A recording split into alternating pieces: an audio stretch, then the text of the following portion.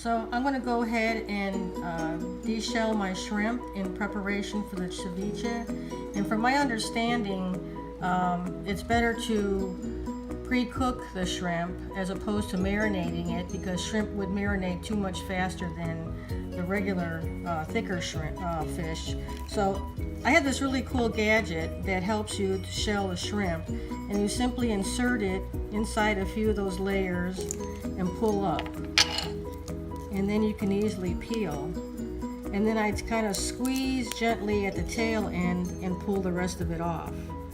And then what I like to do is take a little paring knife and just kind of slit the back so to expose the digestive tract of the shrimp in order to get that vein out.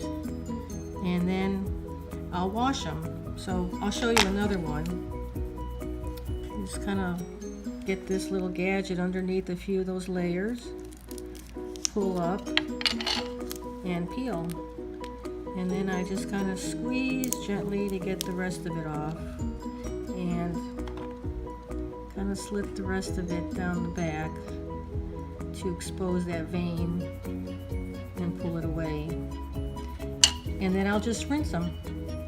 Okay, so while we're waiting for the shrimp, the water to boil and we can cook the shrimp, I'm going to show you how I'm going to prepare the mahi-mahi for the ceviche, and this actually has to get marinated. So I'm going to cut it in half, and this half I'm going to cut in half again, and I'm going to cut them in cubes.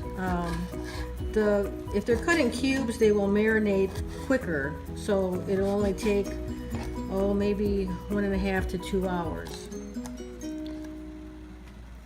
And I'll show you what I do with the fish to marinate it. So right now we're cutting them in cubes. I always encourage buying wild-caught fish because I think it's safer.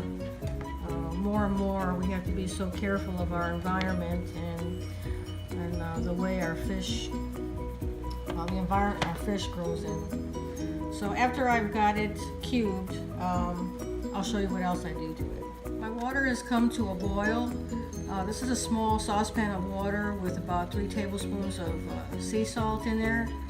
It's come to a rapid boil. I'm going to add my shrimp to it.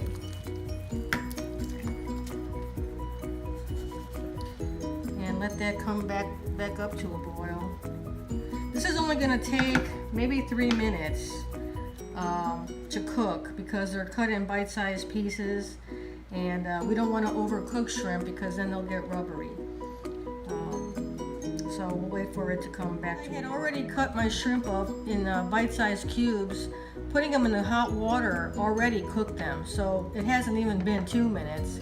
I'm going to strain them and then plunge them into cold water to stop the cooking process. Okay, now I'm going to prepare the citrus juice for the marinating of the fish, and we're going to need half lemon juice and half lime juice. I'm not sure yet exactly how much I'm going to need, but I'm going to do about 1/3 cup each, so for a total of 2/3 of a cup. So I'll go ahead and start squeezing my lemons and limes.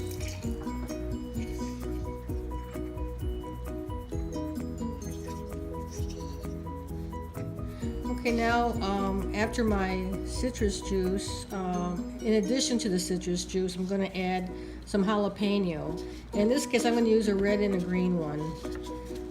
So I'll cut that up. I'm using gloves so I can avoid the heat on my hands. I'll cut those in half, and I'm going to devein them and de-seed them.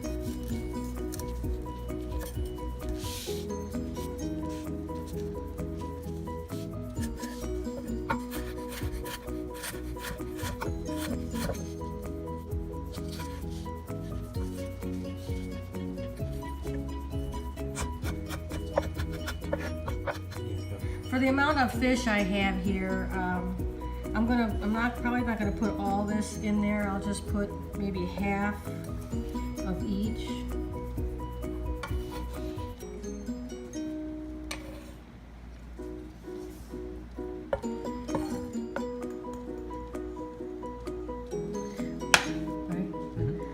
put a healthy pinch of sea salt